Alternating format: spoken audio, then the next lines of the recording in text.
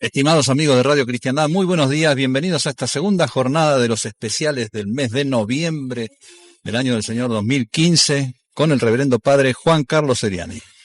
Buen día, padre, ¿cómo le va? Buenos días, Luis. Gracias a Dios, con fresco. Y pasados por agua. Hace bien en la lluvia, en el desierto, sí. Lo necesita. Sí, señor. Así que, muy bien. Bueno, Les me alegro. traje buen tiempo. Gracias, padre. Para que puedan justamente reverdecer. Claro, está bien. Bueno, algunos que ya estamos reverdecidos hace rato. Bueno, Germán, buenos días en la mesa de control y sonido. Muy buenos días, ¿qué tal? Bien, muy bien. Bueno, padre, ayer no Sí. estuve, pero empezaron con el tema que vamos a seguir hoy. Sí, en realidad no estaba previsto seguir hoy con esto. Sí. O sea, más o menos había previsto concluir, por así decir, redondear todo lo de la teología de la salvación. Bueno, pero Federico tenía que ir a trabajar ayer, al final se precipitó un poco la conclusión, todo eso, así que me parece importante de todos modos seguir con este tema, terminar bien lo del purgatorio, porque quedaron algunos puntitos que vale la pena profundizar. Entonces, si le parece bien, retomamos algunas de las cosas Bien. que hemos visto ya ayer, que usted no sabe lo que hemos dicho en concreto, Sí. pero me parece importante, sobre todo si hay gente que no lo escuchó, que lo escucha hoy, ¿no es cierto?, retomar algunos de los puntos. Entonces, por ejemplo, la cuestión de la cremación. Sí. Entonces, habíamos visto claramente que conforme al derecho canónico católico, consignado, codificado, valga la pena, codificado, el derecho canónico codificado, quedó en el código, trabajo de San Pío X, que él no llegó a promulgar porque falleció, Sí. pero el trabajo es de él, que presidía las reuniones de los cardenales que estaban, digamos, que eran responsables de esta codificación. Él mismo presidía. Claro, en aquel entonces el Papa se ocupaba de la Iglesia. Sí. Entonces no viajaba ni nada por el estilo, ¿no es cierto? De eso se ocupaban los obispos. Entonces ahora no, estos se pasean por todo el mundo y la Iglesia la manejan los obispos. Todo al revés. Pero bueno, la cuestión que ese derecho canónico tiene del canon 1203 al 1242 40 cánones. Toda una serie de prescripciones referente a la sepultura eclesiástica. Yo ayer insistí mucho en lo de la sepultura eclesiástica porque justamente vamos a ver que a los que han mandado, los que han dejado consignado en el testamento o de viva voz de alguna manera que sus cuerpos sean cremados, les está prohibida, les está negada la sepultura eclesiástica. Entonces, eso es una expresión, sepultura eclesiástica. Entonces, el canon 1203 dice: los cuerpos de los fieles difuntos deben ser enterrados, inhumados, siendo su cremación rechazada, reprobada. Canon 1203. Muy sencillo y claro. Pero sigue, ese es el parágrafo primero. Sí. En el parágrafo segundo dice: está prohibido utilizar para los cadáveres el proceso de la cremación. Está prohibida la cremación. Canon 1203, parágrafo 2. Toda estipulación, es decir, toda última, como dicen, ¿no es cierto?, es la última voluntad del difunto. Es esto, toda estipulación, todo testamento, toda, de alguna manera deja expresada su voluntad, su deseo. Toda estipulación que en este sentido no debe ser ejecutada por los que tienen el cuidado, digamos, del difunto. Entonces el albaceas o los hijos, la esposa, el esposo, el padre, depende de quién se trate en cada caso. La persona difunta dejó consignado, dejó establecido de alguna manera por escrito, de viva voz, lo que fuese, que su deseo era que fuese cremado su cuerpo, no debe ser ejecutado esa voluntad. no tiene que ser tenida en cuenta.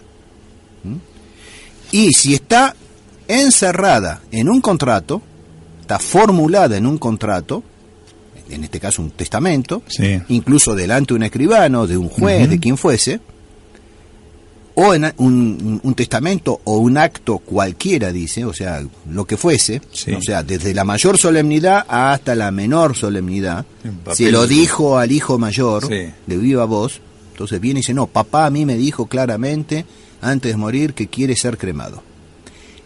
Ella debe ser tenida por no escrita, dice el código. es absolutamente nula. Totalmente Canon nula. 1203 del Código de Derecho Canónico tradicional. Bueno, después se especifica lo que se entiende exactamente por sepultura eclesiástica, que muchos también ignoran. Consiste en el transporte del cuerpo a la iglesia, el cumplimiento de los ritos funerarios sobre el cuerpo, la deposición en un lugar regularmente determinado para servir de sepultura a los fieles difuntos. Y ahí distinguíamos muy bien ayer lo que es un camposanto de un simple cementerio. Entonces después hay un canon que dice que a aquellos a los cuales se les niega la sepultura eclesiástica no deben ser enterrados en ese camposanto, pero tiene que haber un lugar cerrado y guardado, o sea, custodiado, donde sean enterrados esos cuerpos sin todos estos ritos previstos para la sepultura eclesiástica. Bueno, entonces, Canon 1239 Sí, especifica algunas cosas. No deben ser admitidos, parágrafo primero, no deben ser admitidos a la sepultura eclesiástica aquellos que han muerto sin bautismo. Los catecúmenos, ayer insistí en esto, o el Código de Derecho Canónico lo dice, los catecúmenos que han muerto sin ser bautizados, siendo esto no por su culpa, o sea, no hubo culpa de parte de ellos, son asimilados a los bautizados. por lo tanto pueden ir al Camposanto. No, deben ir. Deben ir. Sí, Pero esto, tema candente hoy en día en las redes, en internet, la cuestión del bautismo de deseo, el bautismo de sangre. Está en el Código de Derecho Canónico. O sea que San Pío X falló. claro. Falló. No, señores, existe el bautismo de deseo. Entonces los catecúmenos que tienen el bautismo de deseo, explícito además, Claro. pero bastaría que fuese implícito, y mueren sin recibir el bautismo, o sea, no llegan a la ceremonia del bautismo, pero esto es sin su culpa, son asimilados a los bautizados. Parágrafo tercero nos va introduciendo en el tema. Yo decía ayer, todos los bautizados deben recibir la sepultura eclesiástica, a menos que no les sea expresamente prohibido por el derecho. Y entonces sí, ahí están los 6 casos en los cuales el Código de Derecho Canónico católico del año 17 dice, están privados, deben ser privados de la sepultura eclesiástica, a menos que hayan dado un signo de penitencia antes de su muerte. Entonces, vimos ayer los 4 primeros casos. Quinto, aquellos que han ordenado que su cuerpo sea entregado a la cremación. Entonces, es el quinto de 6 casos en los cuales se debe negar la sepultura eclesiástica. Los otros casos los pasamos rapidísimamente. Aquellos que han apostatado notoriamente de la fe católica, los que han adherido notoriamente a una secta herética o cismática, o a la secta masónica, o a una sociedad del mismo género, eso también ha sido modificado. Sí. Bueno. Los excomulgados o interdictos después de una sentencia condenatoria, no cualquier excomulgado ni cualquier interdicto, sino después de una sentencia condenatoria. Aquellos que se han dado la muerte deliberadamente, o sea, los suicidas.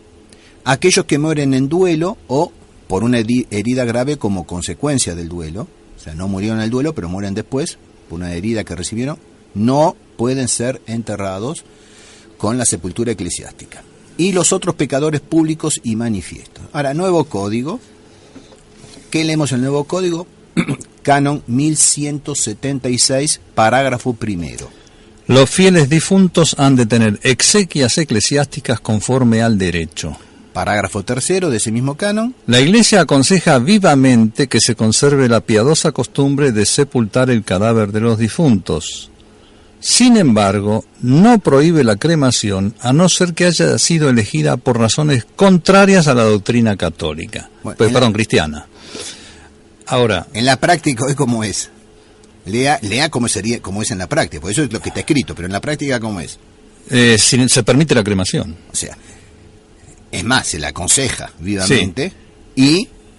Y que no es doctrina contraria a la doctrina católica. No hay razones contrarias a la doctrina cristiana. Obvio. Pero evidentemente si el código anterior decía que los que habían ordenado su cremación no podían ser entregados a una ceremonia católica, bueno, acá las razones contrarias es elegir la cremación. Obvio. Esa es una razón contraria ya, directamente. O sea, esa frase es engañosa.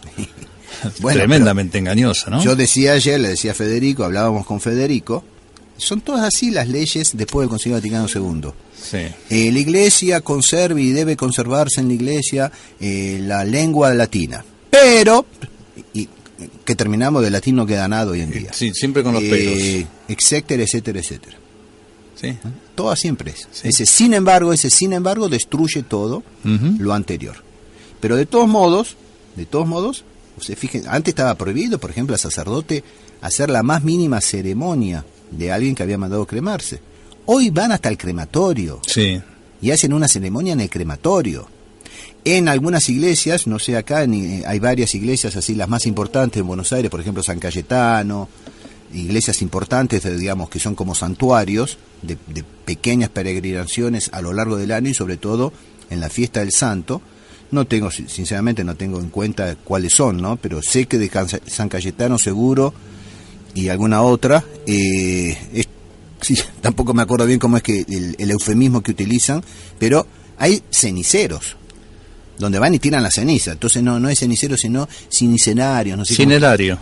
No, es un cenicero, señor. Sí. Es un cenicero donde pueden ir la ceniza del habano o de los cigarrillos. Es un cenicero. Entonces, llegan a esta ridiculez. Claro. Entonces, en vez de poner en práctica lo que enseñó siempre la Iglesia. Entonces, el canon 1184 lo mismo. Pasamos del 1176 al 84. 1184, parágrafo primero, dice: se han de negar las exequias eclesiásticas a no ser que antes de la muerte hubieran dado alguna señal del arrepentimiento. Punto segundo, a los que pidieron la cremación de su cadáver por razones contrarias a la fe cristiana. Bueno, pedirlo es, claro, pedirlo sí. Contrario a la fe cristiana. Volvemos a lo mismo. Templo del Espíritu Santo. No, todo eso lo hemos visto ayer. Claro. ¿Por qué no, no debe tener lugar y nunca tuvo lugar la cremación? Ahora, evidentemente que, bueno, está también, o sea, no es una cuestión, totalmente condenable, sino que justamente fue introducida para negar la resurrección de la carne y demás. Entonces, en el caso, está previsto, en el caso de epidemias, en que prácticamente son más numerosos los muertos que los vivos, o de guerra, no también se puede hacer una fosa común, digamos, no hay posibilidad de hacer una gran excavación y hacer una fosa común ahí. Bueno, se puede cremar, pero el procedimiento cristiano y humano normal es la inhumación. En caso de guerra también. En caso de guerra que pase lo mismo, o sea, claro, que sean más los muertos que los vivos. Claro. Porque en caso de guerra no quemaron a nuestros soldados de Malvinas. Están enterrados en Malvinas. Sí.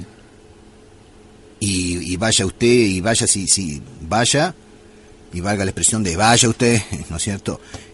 A cuántos miles y miles y miles, centenas de miles de soldados franceses y alemanes han muerto en Verdún. Durante meses estuvieron peleando ahí en guerra de trinchera, ¿no es cierto? Y están los cementerios, no los han quemado. Son kilómetros y kilómetros cuadrados de tumbas, es impresionante. Esos son cementerios y no camposanto, porque sí, obvio. Por supuesto ahí hubo la urgencia también de... Sí, ahí han enterrado cualquiera, ¿no es cierto? Claro. Pero bueno. Entonces ese era uno de los temas importantes, volver sobre la cuestión de la cremación. Sí. Otro tema que quedó un poco pendiente, a raíz de las preguntas, ¿no es cierto?, de los que los formularon a través de las redes sociales. O sea, estaba todo el tema de las maneras, los modos de sufragar por las almas del purgatorio. O sea, ¿qué podemos hacer nosotros, los vivos, los de la iglesia militante, en sufragio, o sea, por eso maneras de sufragar por las almas del purgatorio? Eso lo hemos visto, pero viene inmediatamente la cuestión a la inversa. Es decir, si las almas del purgatorio, en agradecimiento, ¿cuál es el agradecimiento de las almas del purgatorio? Si las almas del purgatorio pueden interceder por nosotros. Esa era una de las preguntas. Si las almas estando en el purgatorio conocen o perciben la oración de la iglesia militante, o no la conocen sino después de ser llevadas al cielo. La gente suele decir, son preguntas que han formulado, yo rezo a las almas del purgatorio, ¿es correcto?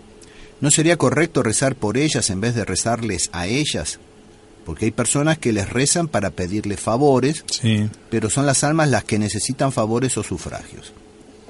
Bueno, entonces, nosotros hemos publicado en este mes, ayer lo hemos leído, el sermón, hemos publicado toda una serie de sermones de un sacerdote capuchino sobre las almas del purgatorio, despertador de los vivos.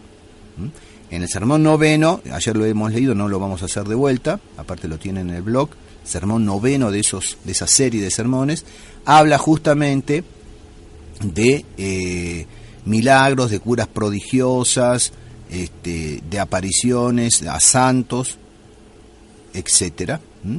Entonces terminamos con lo que decía, yo lo dije ayer, ahí nomás San Agustín dice: deseas, hombre, que Dios tenga misericordia de ti, ten tú misericordia de tu prójimo. Tanto recibirás en la otra vida cuanto harás en la presente. Haz oración por los difuntos, pues todo lo que se hace por ellos vuelve a utilidad nuestra. Y San Ambrosio añade: todo lo que se da por los difuntos por título de piedad, de misericordia, redunda en nuestro mérito. Sed misericordiosos y se ejercerá con vosotros la misericordia. Después de la muerte lo hallaremos duplicado, según la súplica: dad, Señor, a nuestros vecinos 7 veces más en su seno. Pero se plantea, entonces ayer lo dije que en el blog o en internet se puede encontrar, pero bueno, pienso mejor desarrollarlo. Concretamente, si las almas del purgatorio pueden interceder por nosotros. Entonces es una cuestión debatida de si podemos invocar a las almas del purgatorio para que ellas intercedan por nosotros, alcanzándonos alguna gracia. Muy común, yo lo conozco esto, muy común entre los fieles, recién le comentaba a usted afuera de micrófono, es muy común escuchar a la gente decir, no, yo le invoco a las almas del purgatorio para que me despierten, no uso el despertador. Bueno, es una práctica, no sé en realidad quién le tira de la frazada, ¿no es cierto? O le hace cosquilla en los pies para que se despierte, pero bueno, acá es más concreto. ¿Le puedo pedir una gracia a las almas del purgatorio? Entonces, bueno, respecto de esto tenemos argumentos en contra y tenemos argumentos en favor. Entonces, ¿cuáles son los argumentos en contra? El primero, que es inútil invocarlas puesto que no se enteran de nuestras peticiones. Los bienaventurados del cielo ven reflejados en la esencia divina todos nuestros deseos y peticiones, sobre todo los que tienen relación con ellos mismos. Pero las almas del purgatorio no gozan todavía de la visión beatífica, es inútil invocarlas. Bueno, esto se sigue del texto de Santo Tomás, ¿no es cierto? En la cuestión, la segunda, cuestión 83, artículo 4 ad tertium. Entonces, si bien las almas de los bienaventurados ven reflejados en la esencia divina todos nuestros deseos y peticiones, sobre todo lo que tiene relación con ellos, con nosotros mismos, entre ellos, o sea, un padre con su hijo, un esposo con su esposa, ¿no es cierto? Pero las almas del purgatorio no gozan todavía de esa visión beatífica. Entonces no pueden conocer nuestros deseos, nuestras necesidades, etcétera. Por lo tanto, sería inútil el invocarlas. Ese es un argumento en contra.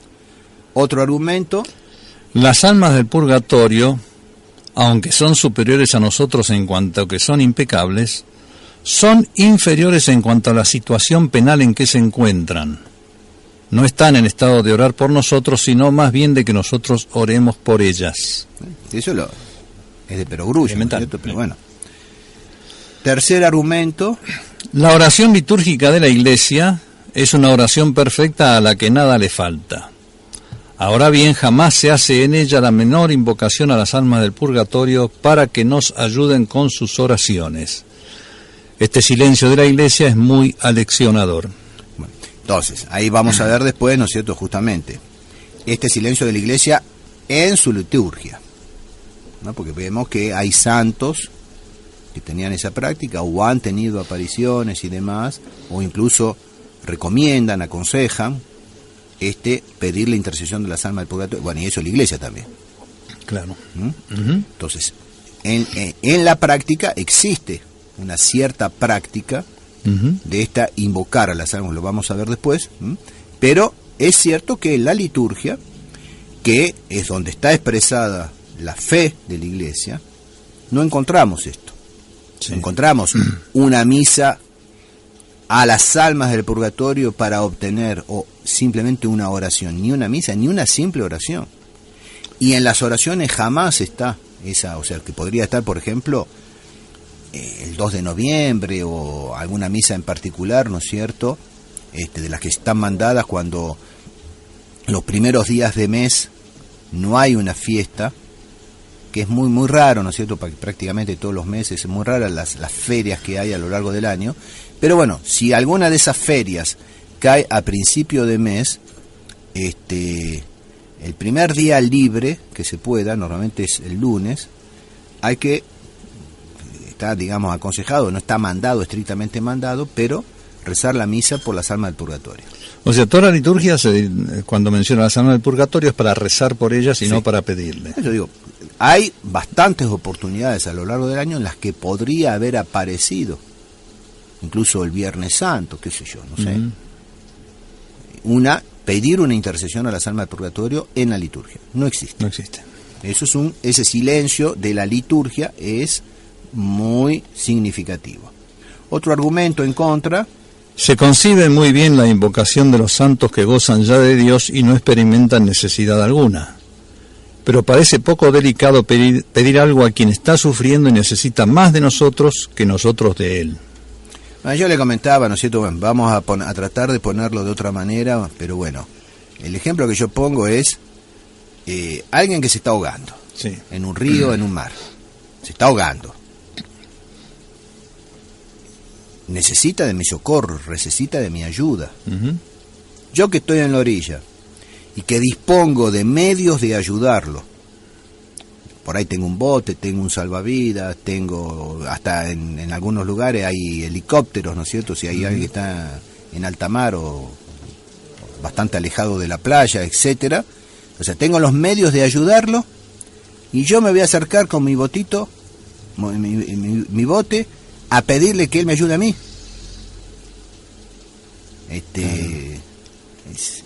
Queda poco delicado. Bastante. Distinto es yo prestarle la ayuda necesaria y después decir, bueno, si por esta misa, por esta limosna, por este ayuno, por esta novena, etcétera, por esta obra de misericordia ofrecida a modo de sufragio para que salgas del purgatorio, una vez que hayas salido, te pido que me alcances tal o cual gracia. Bien. Y eso es bien la comunión de los santos. Claro. Pero vamos a ver que hay argumentos a favor, ¿no es cierto? Sí. Queda uno en contra todavía, o sea que el cuarto parece poco delicado pedirle a alguien que está sufriendo que venga a ayudarme. Claro. Y el quinto es: nadie da lo que no tiene. Y como el fondo sustancial de todas nuestras peticiones ha de ser la bienaventuranza eterna, mal nos la puede obtener quien no la posee todavía. Bueno. En cambio, hay argumentos a favor de pedir la intercesión de las almas del purgatorio. El primero: las almas del purgatorio están unidas a nosotros por los vínculos de la caridad. Ahora bien, la caridad, como enseña Santo Tomás, es una amistad que supone el intercambio de los propios bienes. Luego, si nosotros les ofrecemos nuestras oraciones, en justa reciprocidad caritativa nos ayudarán ellas con las suyas. No olvidemos que conservan el recuerdo y el amor de los seres queridos y se abrazan además en una caridad universal.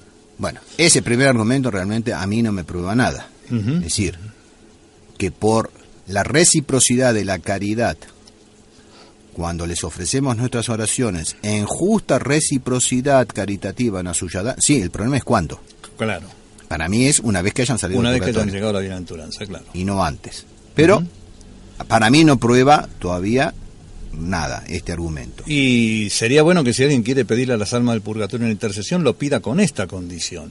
Es decir, ayúdame en mi vida espiritual cuando llegues a la gloria. Sí, para mí sí, pero bueno, por eso digo, como hay otras opiniones y hay santos de por medio y apariciones, bueno, yo doy todo, después que cada uno haga lo que quiera, ¿eh? Sí. Pero a mí me parece poco delicado, insisto, me parece una cuestión de falta de delicadeza el ir a pedirle socorro a alguien que está en extrema necesidad. Bien. Segundo punto a favor de la intercesión de las almas del purgatorio es: no importa que no conozcan nuestras peticiones particulares. Esto se opone a lo que dijimos antes en los argumentos en contra. Saben muy bien estas almas que estamos llenos de necesidades y pueden pedir al Señor que nos ayude aunque ignoren concretamente en qué. Tampoco sabemos nosotros si están o no en el purgatorio nuestros seres queridos y sin embargo les enviamos sufragios por si los hubieran menester. Aparte de que, como dice el mismo Santo Tomás, pueden enterarse de lo que ocurre en la tierra por lo que les digan los que van llegando al purgatorio o el ángel de la guarda o una especial revelación de Dios. Bueno, tiene como dos partes ese argumento, entonces yo un poco también hago de abogado del diablo. Es decir, saben muy bien que estamos llenos de necesidades y pueden pedir al Señor que nos ayude, aunque ignoren concretamente en qué estamos. Tampoco sabemos nosotros si están o no en el purgatorio. Y sin embargo rezamos. Bueno, pero justamente, todo sufragio, toda oración a modo de sufragio que se haga por las almas del purgatorio, o por un alma concreta, o sea, si se hace por las almas del purgatorio en general, bueno, algunas hay, ¿eh? Sí. Si se hace por un alma concreta, de un familiar, de un amigo, de un conocido, me piden a mí que ofrezca la misa. Yo ni conozco a la persona, pero me piden que ofrezca la misa por tal alma. Sí. Bueno, si esa alma no necesita de ese sufragio, sea porque está ya en el cielo, o por más que lo necesite, no va a poder hacer uso de él porque está en el infierno, de todos modos, ese sufragio no se pierde. Va a parar como una especie de pozo común, junto con los méritos infinitos de nuestro Señor Jesucristo, los méritos casi infinitos de Nuestra Señora, más la de todos los santos, y es de ese pozo común de donde extrae la Iglesia el valor de las indulgencias. Entonces, si esa misa no se puede aplicar, o ese ayuno no se aplica a esa determinada alma porque no está en el purgatorio, de todos modos esa gracia no se pierde. Esos méritos no se pierden. La administra Dios nuestro Señor en beneficio de... Y entonces también es bueno, también porque es una práctica buena, decir, bueno, yo ofrezco tal cosa que yo, y si no, esta alma no va a hacer uso de ella, no le va a ser provechoso a ella, que Dios la aplique al alma más necesitada del purgatorio, por ejemplo. O se la aplique a otro concretamente, yo quiero, ¿no es cierto? Si no es para este, que sea para este otro. Ahora una pregunta, a ver, este caso se me acaba de ocurrir ahora. Yo ofrezco hoy un sufragio por mis abuelos que han fallecido hace ya mucho tiempo. No lo necesita, entonces va al pozo común.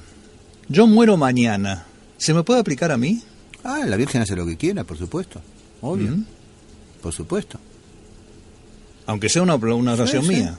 Y el alma del purgatorio, que ya no está en el purgatorio, por el cual yo hice esas oraciones que yo, si ahora está en el cielo, y bueno, me ven, primero y principal, me ven en la agonía o en el peligro de la muerte, qué sé yo, podrá interceder por mí ahora que está en el cielo, y si me voy al purgatorio podrá interceder y decir, bueno, aplicarle esta misa o aplicarle este sufragio, porque él lo quiso aplicar por mí. Claro. De ahí a que Dios lo haga es otra cuestión. Sí, no, por supuesto. Pero por supuesto que lo va a hacer.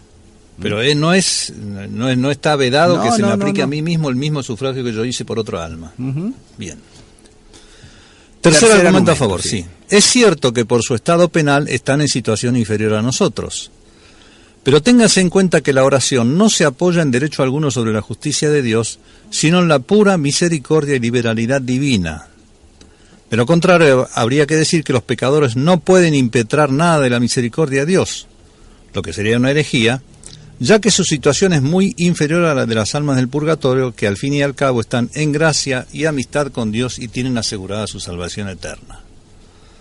Por otra parte, la magnitud de sus sufrimientos no les impide el libre uso de sus facultades psicológicas, ya que el embotamiento de la mente, que en este mundo suele producir el dolor demasiado intenso, procede de las facultades orgánicas al servicio de la inteligencia. Las penas del purgatorio, aunque intensísimas, son de origen estrictamente espiritual. Bueno, ahí hay como 3 argumentos, no 2, ¿no es cierto? Pero bueno, son argumentos a favor. Si alguno lo quiere utilizar, que lo utilice. Pasemos, el cuarto. El dogma de la comunión de los santos proporciona otro argumento muy fuerte. Hay una influencia mutua y como una especie de flujo y de reflujo entre las 3 regiones de la Iglesia de Cristo: triunfante, purgante y militante. Ahora bien, ¿en qué puede consistir esa influencia de la purgante sobre la militante, sino en las oraciones que esas santas almas ofrezcan a Dios por nosotros? Esta ley es universal y los lazos de caridad que unen al purgatorio con la tierra caen bajo esta ley. Bueno, esa yo la refuto absolutamente. Niego el presupuesto, que es lo que debe ser probado. Sí. Niego el presupuesto. Ahora bien, ¿en qué puede consistir esta influencia de la iglesia purgante? Es lo que usted tiene que probar primero. Claro, que hay una influencia de la purgante sobre la militante. Que es lo que se está negando. Entonces, el presupuesto es lo que tiene que probarse. Entonces, hay una comunión de los santos, una influencia mutua y como una especie de flujo y de reflujo. Ahí ya dice, entre las 3 regiones, eso es gratuito, eso, entre las 3 regiones de la Iglesia de Cristo. Pues entonces es lo mismo que yo puedo, no solamente interceder por las almas del purgatorio, sino que también intercedería por las del cielo, que no necesitan nada. No necesitan nada. Lo único que yo puedo hacer es aumentar la gloria externa de las almas del cielo, y para eso están las misas y demás de los santos, de los cuales nos consta, ¿no es cierto?, y tienen su fiesta. Pero bueno, para aquellos que están en el cielo y no tienen su fiesta, está la fiesta de todos los santos para rendirle gloria. Sí.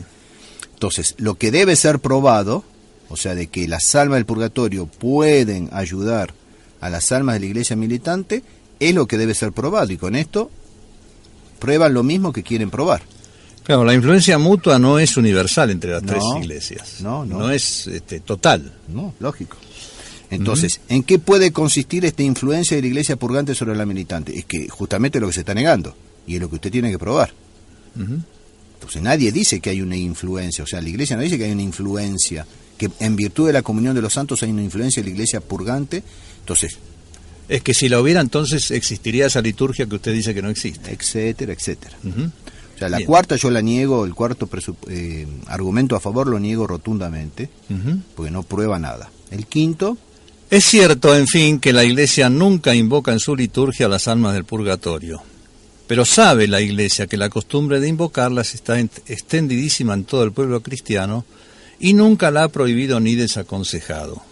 Más aún, existe una oración dirigida a las almas del purgatorio que fue indulgenciada por León XIII en diciembre de 1889, y en ella se pide a las almas que intercedan ante Dios por el Papa, la exaltación de la Santa Madre Iglesia y la paz de las naciones. Sí, pero yo lo entiendo, una vez que estén en el cielo. Claro. No mientras están en el purgatorio. Y además, ¿no es cierto?, habría que ver exactamente la oración, porque acá lo único que se pone es eso. Entre comillas ponen: intercedan por el Papa, la exaltación de la Santa Madre Iglesia y la paz de las naciones. Yo quisiera ver exactamente toda la oración completa.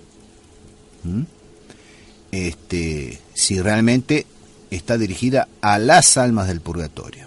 Sí. Pero bueno. Ahí dice, en el texto dice, existe una oración dirigida a las almas del purgatorio. Sí. Por eso. Vamos a ver si después la encontramos. Bueno, entonces, están los argumentos a favor, están los argumentos en contra.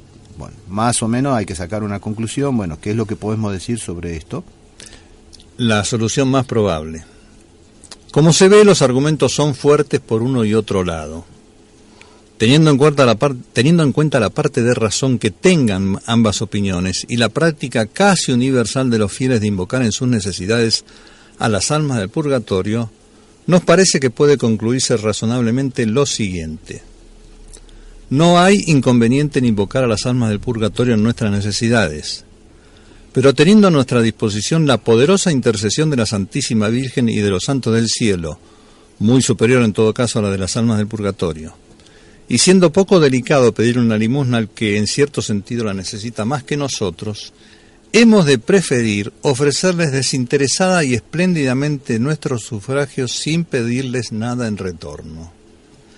Ya se encargarán en ellas solas, a impulsos de la caridad y de la gratitud, de interceder por nosotros en la máxima medida en que puedan hacerlo ahora en el purgatorio y más tarde en el cielo.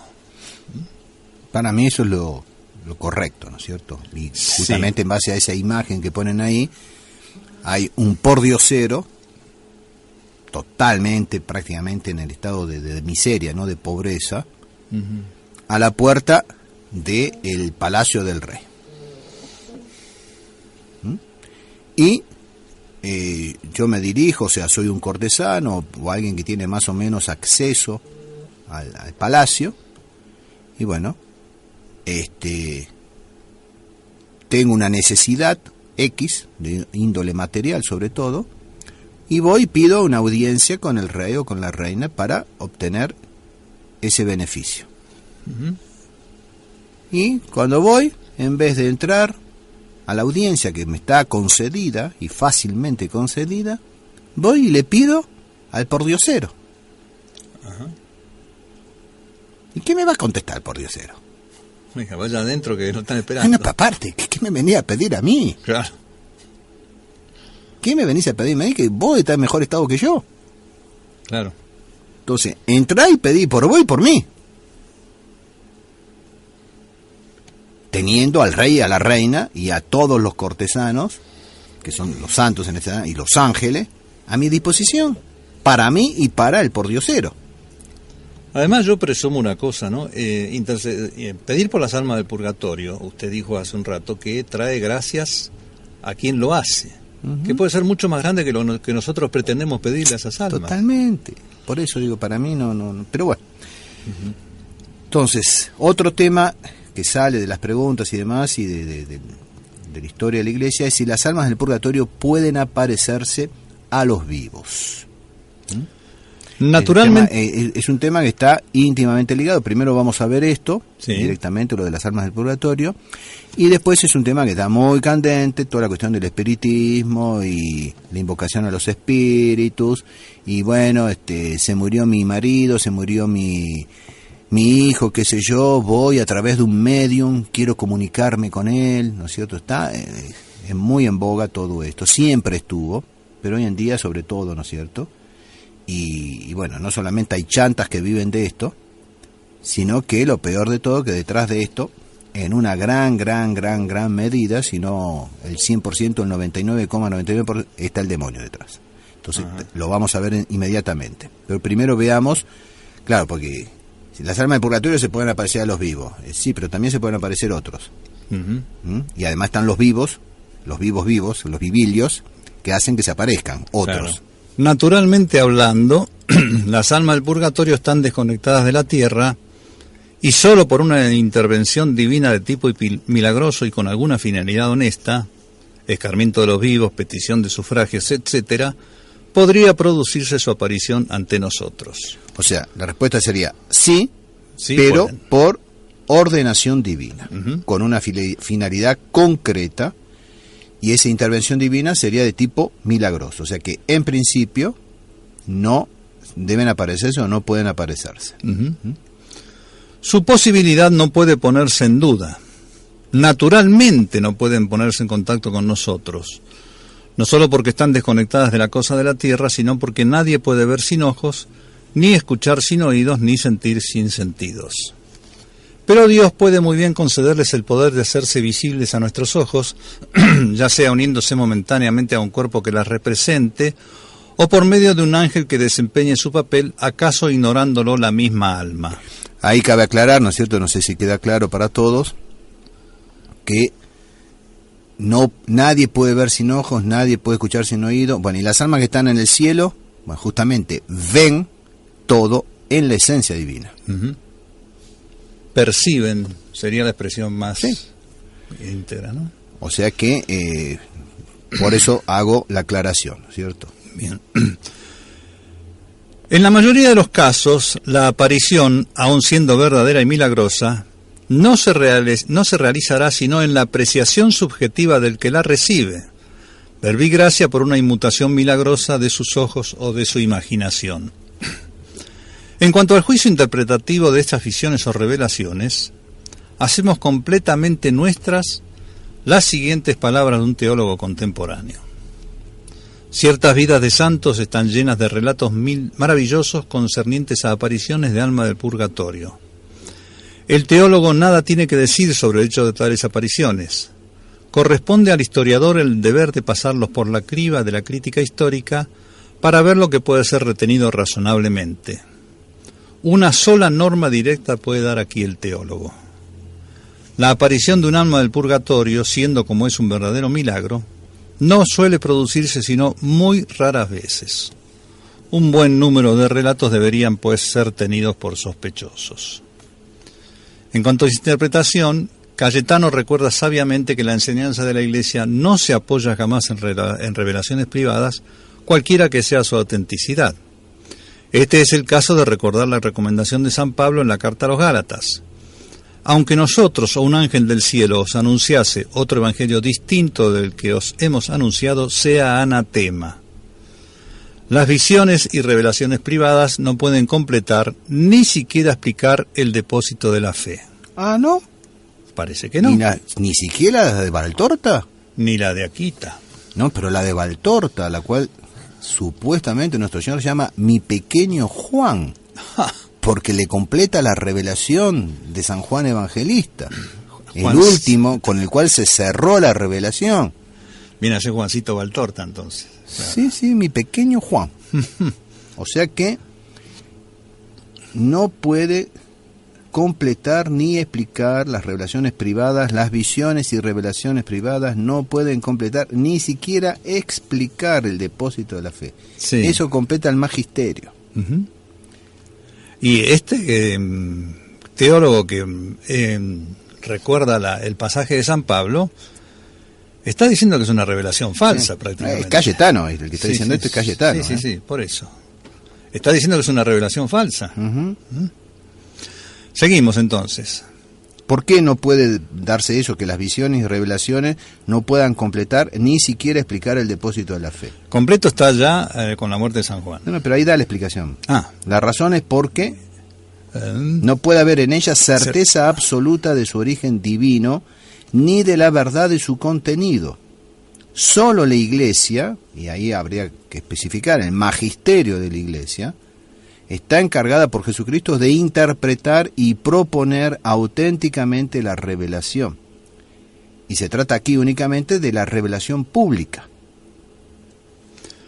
Por lo mismo, la aprobación o la recomendación concedida por la Santa Sede a algunas revelaciones privadas no significa en modo alguno que la Iglesia garantice su origen divino o que su contenido es verdadero, sino únicamente que, interpretadas razonablemente, no contienen nada contra la fe y pueden incluso contribuir a la edificación de los fieles. O sea que la intervención del magisterio de la Iglesia es más bien negativa.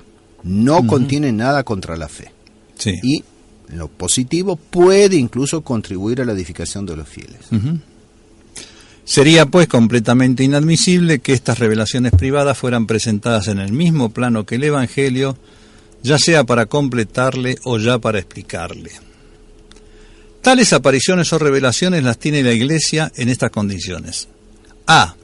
Como posibles, puesto que no las rechaza a priori cuando hay lugar a someterlas a su juicio. Sí, porque si no directamente ni las analizaría. Exacto. Entonces, son posibles. B. Como reales en ciertos casos, puesto que ha autorizado e incluso aprobado muchas de ellas, sean por sentencias permisivas o laudatorias, sea por la canonización de los santos a quienes habían sido hechas, sea por la aprobación o el establecimiento de fiestas litúrgicas basadas en ellas. Por ejemplo, la fiesta del Sagrado Corazón. Bien. Tercera condición, C. Como relativamente raras, porque siempre las somete a examen, si no con una positiva desconfianza, al menos con extrema circunspección. O sea, son posibles, pero son raras. D. Como necesariamente subordinadas a la revelación pública y hasta como justificables por la teología, que es siempre llamada a juzgarlas a la luz de la fe católica. La última, la E, por extrañas al depósito de revelación general y universalmente obligatoria, puesto que nunca considera como herejes a los que rehúsan admitirlas, aunque en eso puedan ser a veces imprudentes y temerarios. O sea, que aquellas que han sido reconocidas, incluso alabadas o propuestas, como a través de una fiesta, decir, bueno, no, yo no quiero rezar la fiesta del Sagrado Corazón porque está basada en la aparición a Santa Margarita María, bueno, no. Entonces, ahí sí, es imprudente, temerario rechazar eso. Ahora, acá dice, por extrañas al depósito de revelación general, esto quiere decir que no están en el depósito, pero esa es, digamos, lo que las hace extrañas, pero son coherentes con el depósito. Pues por eso dice, no hay nada contra. Contra la fe, claro. No hay nada contra. Entonces, si además de no pertenecer al depósito de la fe hay cosas en contra, como cuál sería la naturaleza exacta del pecado original, que lo trae ahí la Valtorta, bueno, o que nuestro Señor y Nuestra Señora tuvieron verdaderas tentaciones, no en el sentido de las tentaciones de nuestro Señor en el desierto, que son totalmente ajenas, extrañas, exteriores a Él. No, acá no, sufren como una inmutación, o sea que como que hay que un esfuerzo de nuestro Señor y Nuestra Señora para rechazarla. Es una herejía. Claro. Bueno, en eso encontramos en el pequeño Juan. Sí. Continúa este teólogo. Entonces ahí vemos toda la circunspección que impone, ¿no es cierto?, la Sagrada Escritura, la Santa Iglesia con su magisterio y demás. Entonces hay que tomar todas estas cosas, ¿no es cierto?, con muchas reservas, con muchas reservas, es lo mínimo que se puede ver, y en particular, ¿no es cierto?, respecto de las apariciones o supuestas apariciones de almas del purgatorio. Bien. Entonces pueden servir para nuestro provecho las que tuvieron los santos y demás, el caso de San Juan Bosco, vamos a ver ahora, y pero atención con estar, vamos a ver eso, que hay un peligro, el estar hurgueando en estas cosas. Bien. Vamos ahora a ver en relación a esto que venimos diciendo, la cuestión del espiritismo o la evocación de los muertos. Sí. Hacemos un corte y venimos a la cuestión del espiritismo. Muy bien, amigos. Continuamos entonces con este último bloque del día de hoy, la segunda y última jornada también de los especiales de este mes con el Padre Seriani. Estamos hablando de las almas del purgatorio, las almas de los fieles difuntos. Entonces, como prometimos al terminar la primera parte, vamos, después de ver la cuestión de si se puede invocar a las almas del purgatorio, ¿no? Bueno, un tema que está bastante relacionado, que es el tema del espiritismo o la evocación de los muertos. Entonces, en primer lugar, lo primero que se plantea es si pueden las almas de los muertos, o sea, sin especificar las que están en el cielo, las que están en el infierno o las que están en el purgatorio, si pueden las almas de los muertos, y con nuestro tema más propiamente las que se hallan en el purgatorio, ponerse directamente en relación con nosotros y aparecérsenos. Bueno, en principio uno podría decir sí. Sí, dijimos antes la posibilidad de que sí. No hay nada que prohíba que, suplicando a Dios, rogando a Dios, Él por sus altísimos y especiales designios, en beneficio de esa alma en concreto, en beneficio de la Iglesia, por la utilidad de las almas, lo permita, concretamente las que están en el cielo. Por ejemplo, pensamos inmediatamente en quién, Santa Juana de Arco, por ejemplo. Ujú. No solamente se le aparecía el arcángel San Miguel, sino también las dos mártires, Santa Catalina y Santa Margarita. ¿Mm? O sea, y bueno, se aparecen, perfecto. Entonces, en principio, no hay nada que lo prohíba. Si es en beneficio de la Iglesia, la utilidad de las almas. Por lo demás, nada hay en las enseñanzas de la Iglesia, en su magisterio concretamente, que impida el creerlo. Eso lo hemos visto también recién, Sí. prácticamente. Y además, la historia, la vida de los santos especialmente, y la tradición de todos los pueblos está ahí también presente para aportar ejemplos no dudosos de apariciones de personas ya muertas. Por ejemplo, Santo Tomás de Aquino enumera algunas de esas apariciones. Y en el caso nuestro basta consultar los autores que han tratado estas cuestiones para encontrar los aportes que han hecho. Conocidísimo para nosotros es sobre todo San Juan Bosco. Ujú. Entonces, más bien entonces habría que plantear el tema de esta manera. Admitida la verdad de las apariciones de muertos. O sea, admitida la verdad en cuanto a la posibilidad, sí, es posible, de hecho se han dado, entonces bueno, admitida la verdad de la aparición de muertos. ¿De qué modo se efectúan esas apariciones? En otras palabras, ¿cómo se aparecen los difuntos? ¿En sus propios cuerpos? ¿Con una forma de cuerpo temporal? ¿Tomado de prestado? Porque evidentemente que no se ve el alma, es espiritual.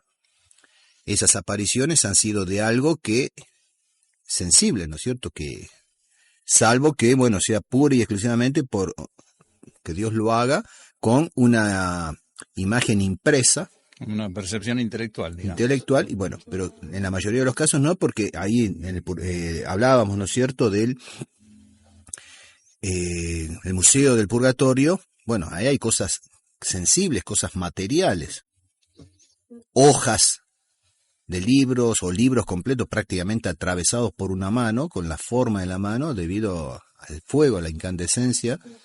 Bueno, eso es algo material. Sí. Bueno, entonces, ¿cómo se aparecen? Evidentemente que las respuestas de los teólogos a esa pregunta son innumerables. Entonces vamos a ir viendo. Algunos dicen que los difuntos se aparecen en su propia carne. ¿Qué le parece a usted? Y eso implicaría una resurrección anticipada de los cuerpos. Totalmente.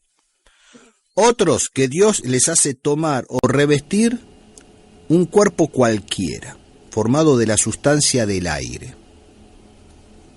Pero se supone que sería un cuerpo asimilable al cuerpo que tenían en vida, porque si no Sí, que lo pueda reconocer. el obviamente. destinatario no lo reconocería. Claro. Otros dicen que había entre el cuerpo y el alma una sustancia intermedia que participa de los dos y que sirve como de ligadura para tenerlos unidos. Sería precisamente este principio vital llamado perispíritu de lo que se sirven los difuntos para aparecérsenos. ¿Qué le parece? Primera referencia que tengo del perispíritu. Bueno, vaya teniéndolo en cuenta, ¿eh? Sí, pues, no, para no perderlo, a ver si me lo dejo en algún lado. Sí. Otros enseñan que estas apariciones no tienen necesidad indispensable del concurso del difunto, Ujú. sino que por el contrario se producen a escondidas del mismo, por ministerio de los ángeles, buenos o malos, ahí vamos entendiendo algunas cosas, los cuales obran conforme a la voluntad divina. Entonces, en el caso de los demonios sería la voluntad meramente permisiva de Dios. Sí. Pero, perdón, si es un cuerpo, si no es con el concurso del difunto, puede ser el alma del difunto, porque si yo no sé que van a usar mi alma, ¿cómo es que no lo sé? No, es para eso, estas son todas razones que tiran, ¿no es cierto?, Sí. posibilidades. Otros finalmente dicen que estos fenómenos no tienen realidad objetiva y que resultan de una impresión meramente subjetiva producida en los sentidos de la persona que cree ver, sentir, tocar lo que al exterior carece de realidad. Bueno,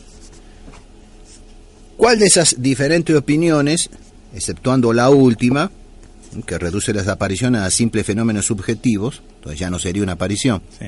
sería una ilusión? Entonces, ¿cuál de las otras, no es cierto, aparece como probable o más probable? ¿Cuál es la que respondería mejor a la verdad de las cosas? Bueno, evidentemente que no estamos en condiciones de responder eso nosotros.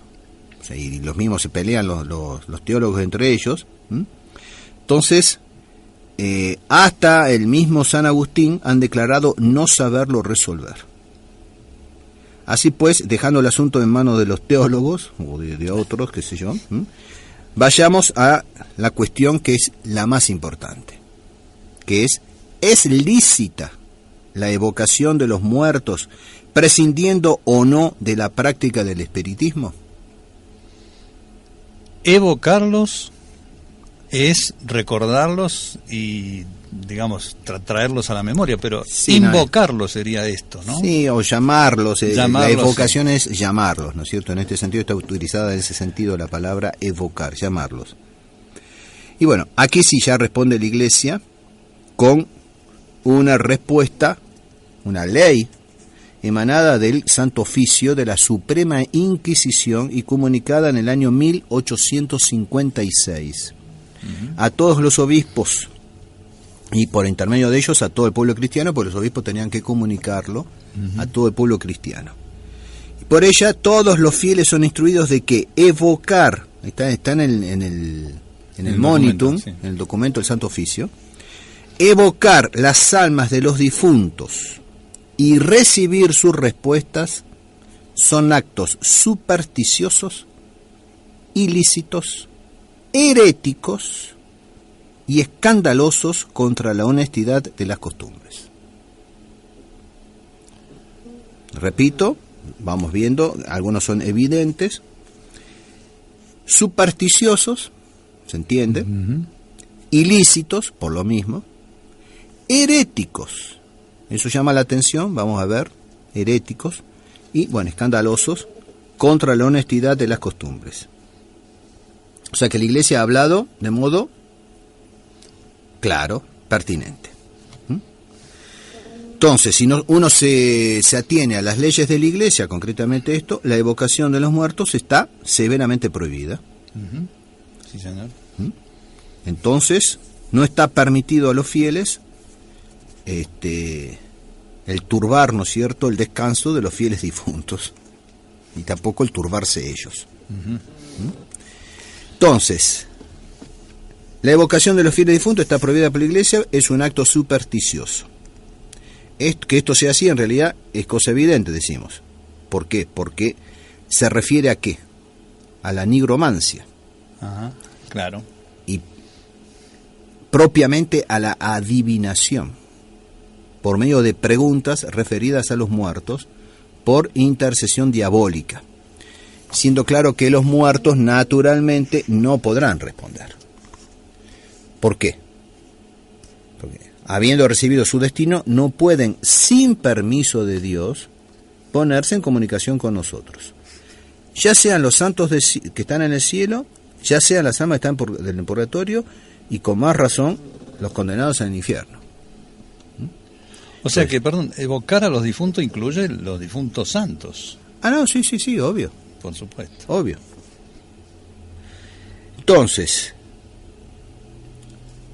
todo eso, ¿no es cierto?, hace que esté prohibido. Ahora, está la permisión divina. Dios puede permitir la aparición de los santos, en el caso de la vida de otros santos, ha habido muchos. Perdón, ¿y podría aparecerse un alma, digamos, como una especie de admonición a quien la evoca? Al mismo que la evoca puede aparecerse un alma por permisión divina para retarlo, digamos, para sacarlo obvio, de eso. Obvio, por eso viene aquí, ¿no es cierto? Entonces, Dios puede permitir la aparición de un santo, puede permitir la aparición de un alma de purgatorio para, por ejemplo, pedir oraciones o para decir, pues, suponiendo, ¿no es cierto?, tratándose de cómplices, bueno, mirá, no hagas esto o lo otro porque estoy en el purgatorio por esto. Ajá. Con más razón un alma del infierno. Está el manuscrito del Purgatorio, por ejemplo, y también algo parecido sobre el infierno, donde Dios permite que a un alma viva de la iglesia militante se le aparezca, de alguna manera, el alma del purgatorio o el alma del infierno para hacerle una exhortación, una admonición, ¿no es cierto? Bueno, pero si eso puede ser solamente con permiso de Dios, en cambio el demonio está siempre pronto y dispuesto a aprovecharse de esa curiosidad malsana. Entonces esto va sobre todo para los jovencitos y no tan jovencitos, para las mujeres y no solo para las mujeres, que tienen habitualmente esta curiosidad malsana. Y empieza todo como un jueguito, ¿no es cierto? Qué sé yo, el famoso juego de la copa, de la mesa redonda, qué sé yo, que forman palabras. Bueno, el demonio está siempre pronto y dispuesto a aprovecharse de esa curiosidad malsana, que lo lleva a esas cosas. Y es un engaño manifiesto. Entonces, creyendo que están hablando con la persona, en este caso querida, amada, con el amigo, en realidad lo que están hablando es con el demonio. Atención. Atención. Entonces, el buen sentido, la razón, nos demuestran que el espíritu que se presenta a la intimación o al mandato del medium no puede ser sino un espíritu malo. Entonces, tendríamos que hacer como una especie de descarte. Entonces, ¿cuáles son los seres espirituales que podrían ser evocados? Amigos, parientes, conocidos. No, escuche bien. Vamos. ¿Cuáles son las diversas posibilidades de seres espirituales que pueden ser evocados? Puramente espirituales, los ángeles, los demonios, las almas separadas y otro ser espiritual, Dios. Nuestro Señor, sí.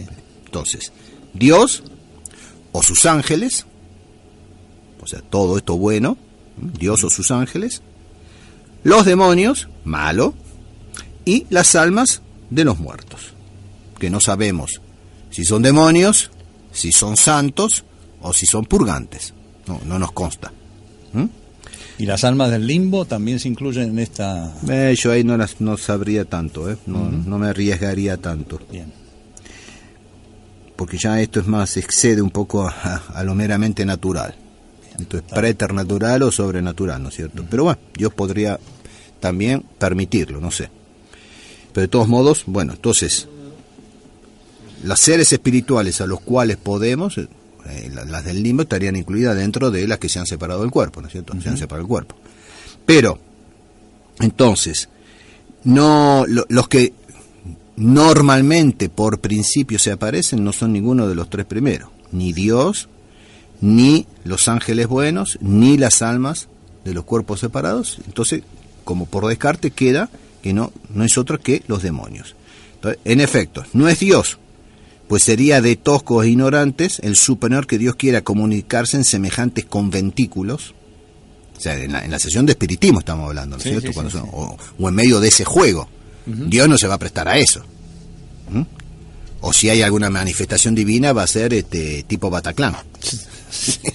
Sí. Y sí, del tipo, no digo que haya sido Dios, ¿no es cierto? Pero bueno, si de alguna manera Dios interviene en medio de esa superstición, va a ser para, bueno, que salgan corriendo todos despavoridos.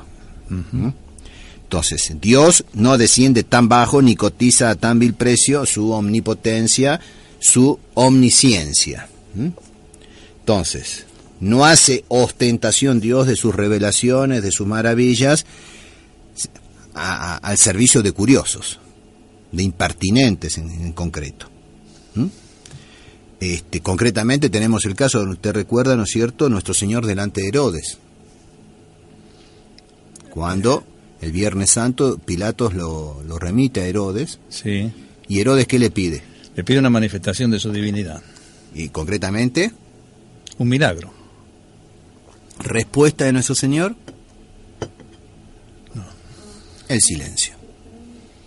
El silencio. A punto tal que Herodes lo toma por un loco.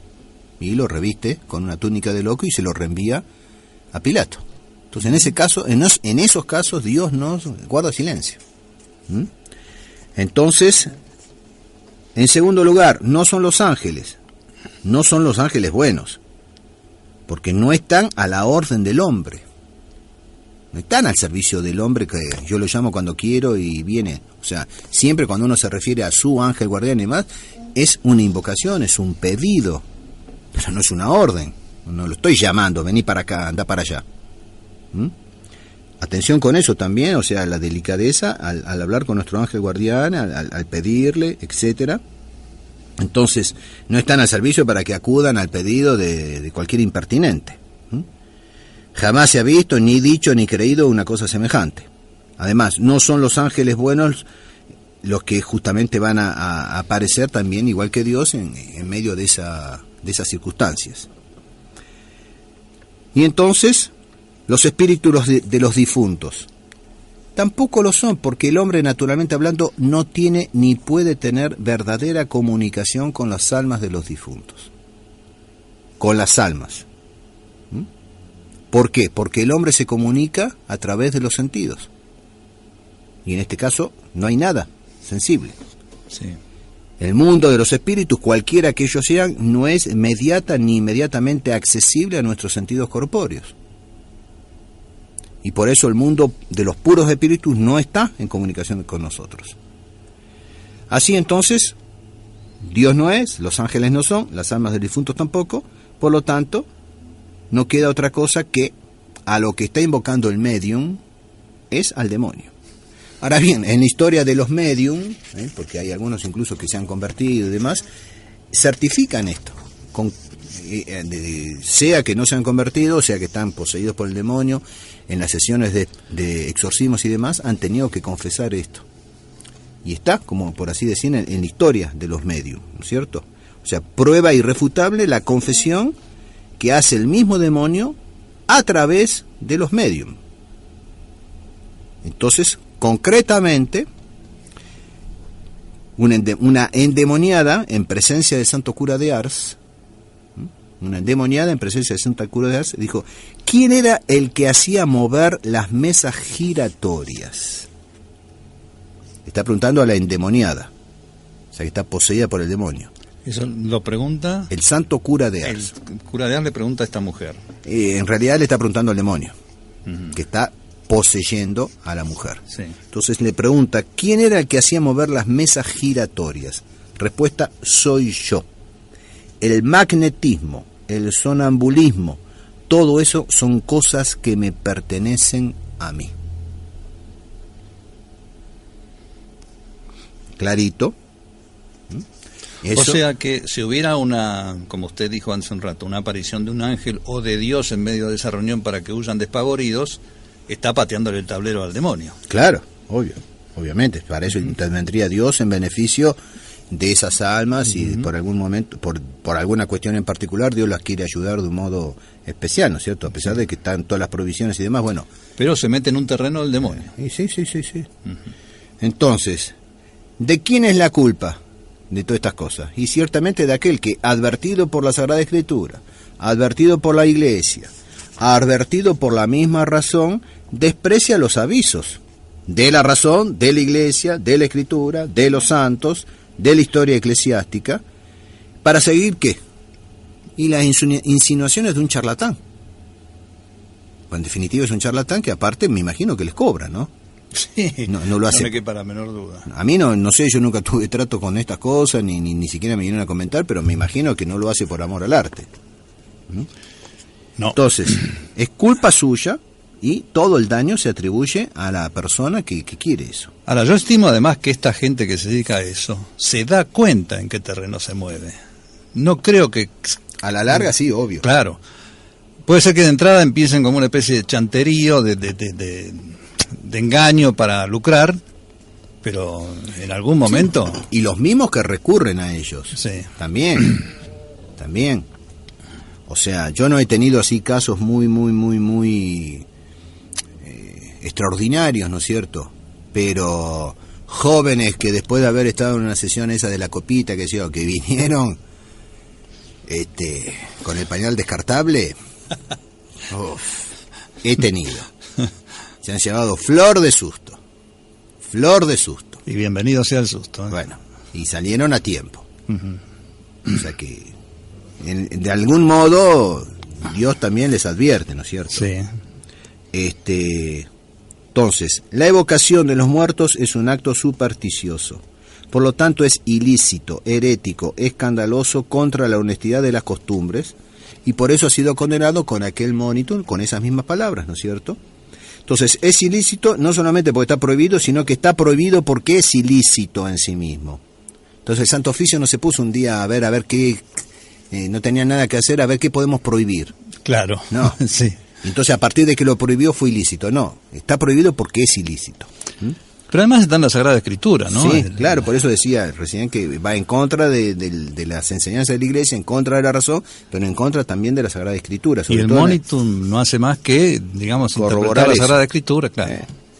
Entonces, es ilícito en cuanto que el comunicar voluntariamente con un enemigo de Dios, que es el demonio, y pedirle ayuda y favor, es reconocerle al patrono, por patrono, ¿no es cierto?, al que es justamente enemigo de la divinidad, es hacerle el juego a él. Y que va a jugar en contra de una petición, por más honesta que sea.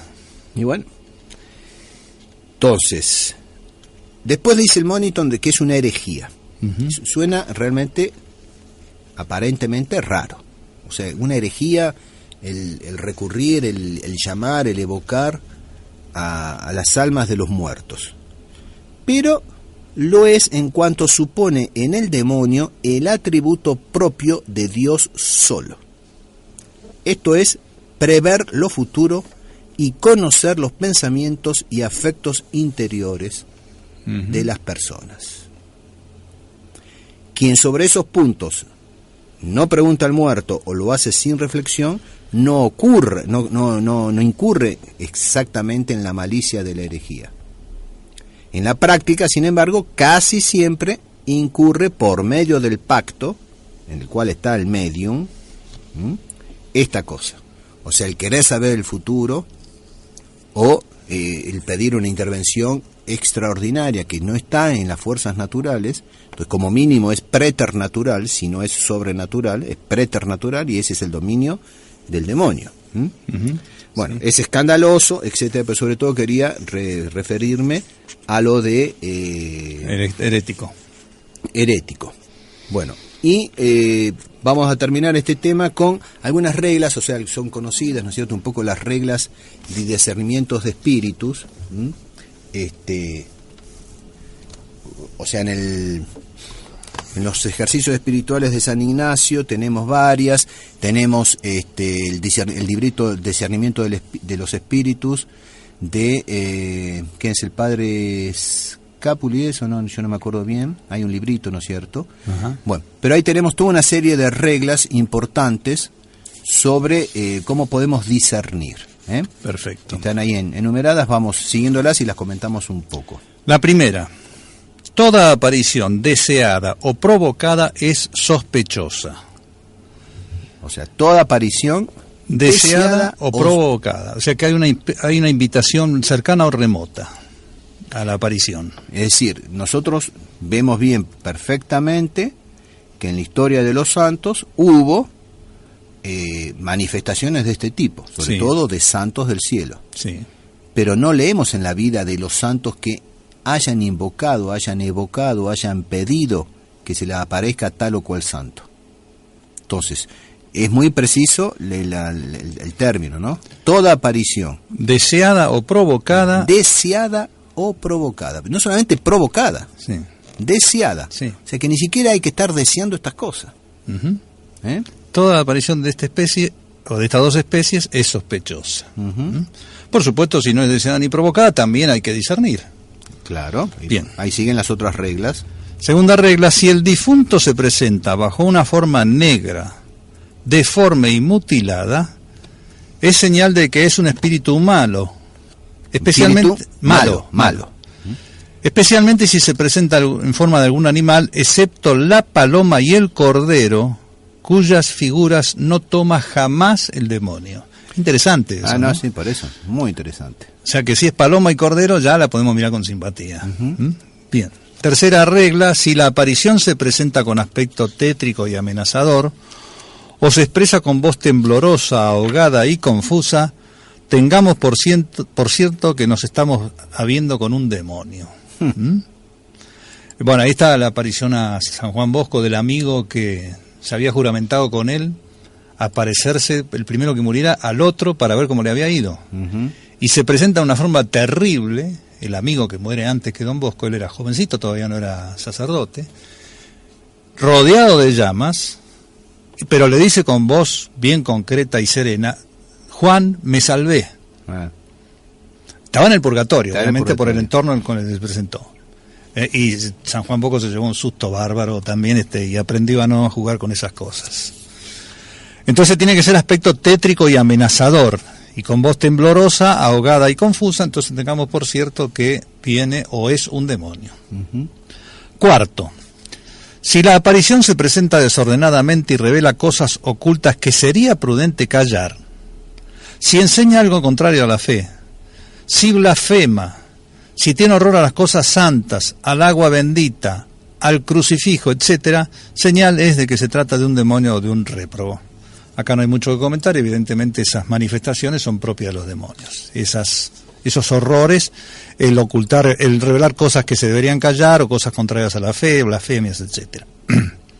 Quinto, las exhortaciones a la virtud, los buenos consejos, las correcciones dirigidas a los pecadores, no siempre son señales de buen espíritu, porque con frecuencia el demonio acostumbra a persuadir un bien menor para impedir otros mayores. Eso responde en parte a la pregunta que usted había hecho antes, ¿no es cierto? Entonces, repita bien despacito y comente. Las exhortaciones a la virtud, los buenos consejos y las correcciones dirigidas a los pecadores no siempre son señales de buen espíritu.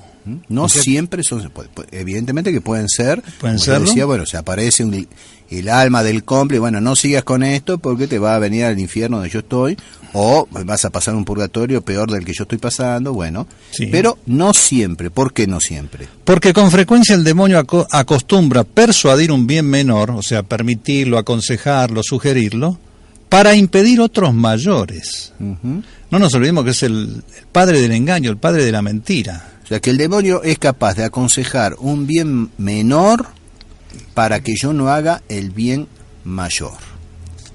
Y que al final es lo contrario de lo que hacen las líneas medias, y no solo las líneas medias, sino con la cuestión del mal menor. Claro. Sí. Con la cuestión del mal menor. Tengo algunas cosas interesantes para agregar lo que habíamos comentado ya en su momento. Todavía la radio no se explayó sobre esto, pero le voy a encomendar un trabajito. Bueno. Sobre la cuestión de la famosa participación en las elecciones próximas pasadas. No el balotaje, sino las elecciones en sí mismas, donde los heraldos de la verdad, que hace 2 años atrás, se acuerda todo el lío que se armó, incluso con la radio, porque los hemos criticado por su irrupción en la Catedral de Buenos Aires con sus boinas rojas y demás. Bueno, este año han salido de fiscales de mesa. ¡Ay, caramba! No fueron a votar, fueron fiscales de mesa del candidato Massa. O sea que son parte de ese partido. No sé si son parte, porque no sé si necesariamente hay que ser parte, pero que tomaron parte, sí. No, es que cuando va fiscal de mesa va por un partido determinado. Necesito una afiliación para ser... No sé si afiliación, pero por lo menos una... Sí, toma parte, por cierto, participa. Claro. Participa. Es como si, qué sé yo, un hincha de Boca va a hinchar por River contra un equipo brasilero, no sé. Bueno, está bien, en cuanto a argentino va, pero yo no me los imagino. Sí. No, y viceversa, ¿no es cierto? Sí. Pero bueno, acá lo mismo. Entonces está la cuestión del bien menor. El demonio es capaz de sugerir el bien menor para impedir el bien mayor. Sí, pero además a la larga también la acción del demonio va contra ese bien menor. Lo permite circunstancialmente, lo aconseja y demás, pero al final de cuentas también va a caer eso.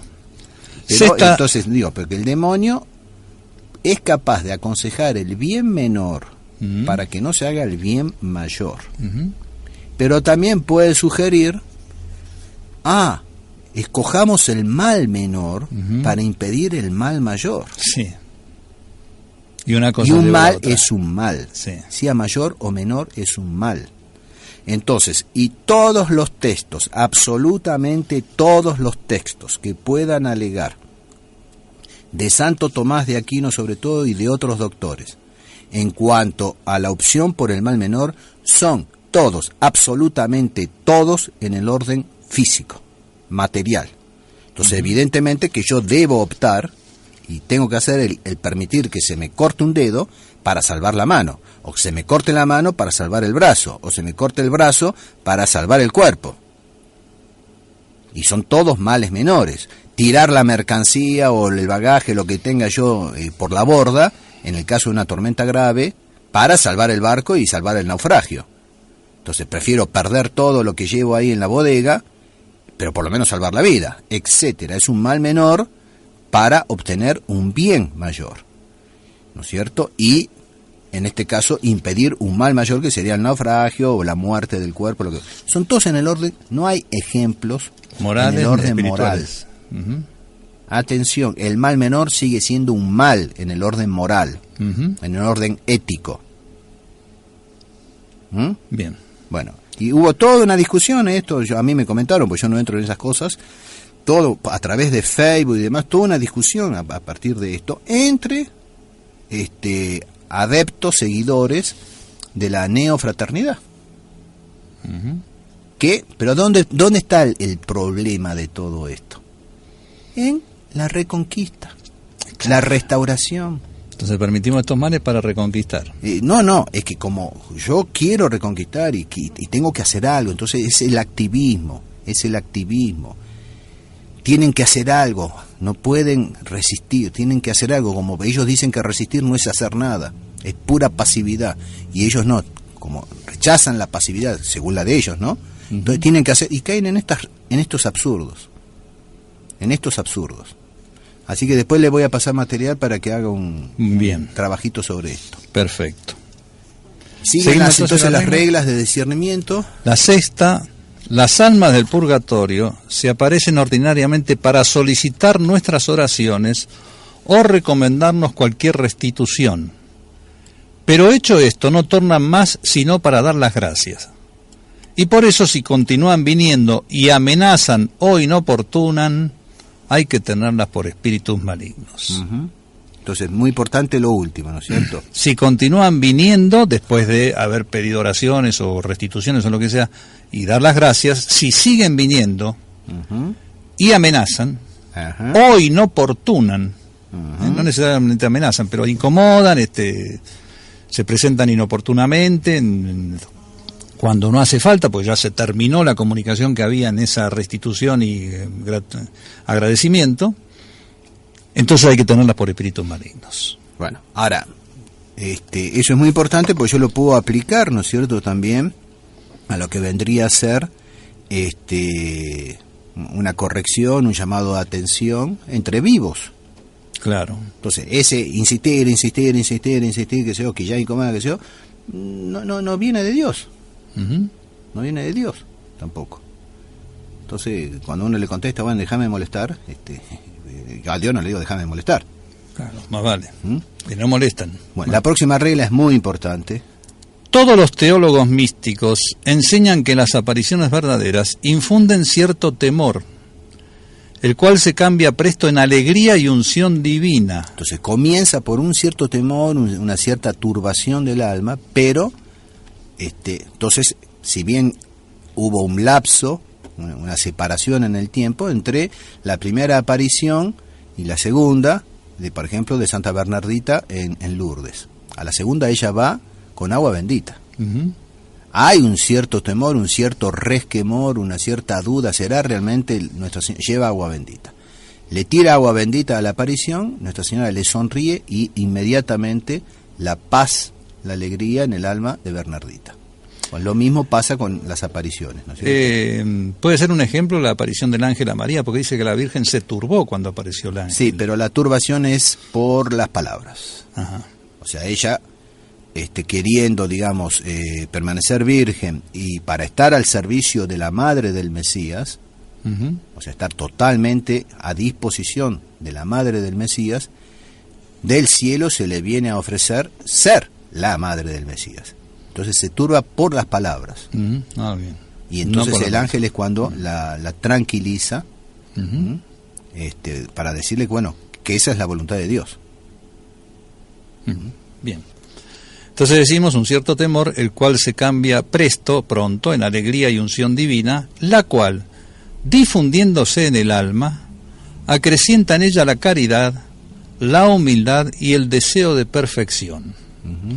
Mientras que las diabólicas empiezan por un sentimiento de alegría y vana complacencia, dejando después inquietud, tristeza y vanagloria, y el alma humana se halla después de estas cosas sin acción, como tierra árida y herida por el rayo, o si concibe ideas, son ideas de presunción, de desobediencia y de orgullo.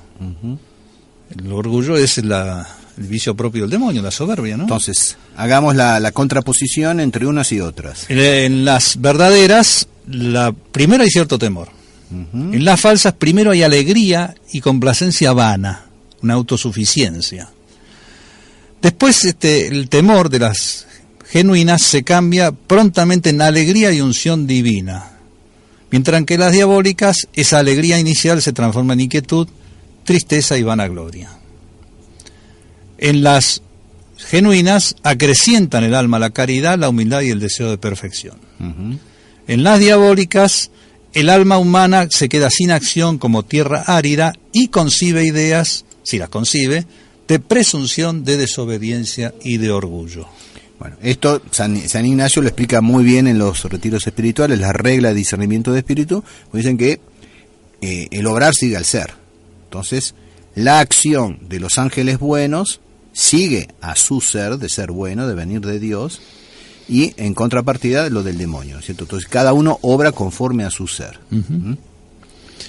Y la octava regla, que dice acá el autor, por sí sola vale junto como todas las otras en conjunto. Hay que escoger un buen director espiritual, exponerle todo sin exageraciones ni reticencias y atenerse siempre a sus decisiones. El problema es encontrar un buen director espiritual. Bueno, eso. Estamos en la inóspita trinchera, justamente. La cosa religiosa va a venir de más en más, de índole familiar e individual. Por eso, atención, con más razón, porque estos son a río revuelto, ganancia de pescadores, dice el refrán. Bueno, el demonio sabe todo esto y va a querer, justamente a río revuelto, sacar su ganancia, su partecita. Entonces va a explotar todo esto. Bueno, yo creo que con esto más o menos hemos redondeado un poco todo lo que nuestros amigos han consultado, han preguntado. Ciertamente da para mucho todo esto, pero bueno, terminamos aquí nuestros especiales de ayer y de hoy sobre las almas del purgatorio en particular. Para terminar, mi intención fue un poco, ya que hemos publicado tantas cosas a lo largo de este mes, o sea, para llamar aún más la atención de nuestros fieles a preocuparse de las almas del purgatorio. Y al mismo tiempo despertador de los vivos también de ir viendo, tratar de no ir a parar ahí, o al menos que no sea por largo tiempo. Sí, exactamente. Y ahí también aprovecharse lo que usted decía, el tesoro común de las indulgencias, bien aprovechadas, por supuesto, honestamente, y no como una moneda de cambio. Bien, bueno, hasta acá hemos llegado.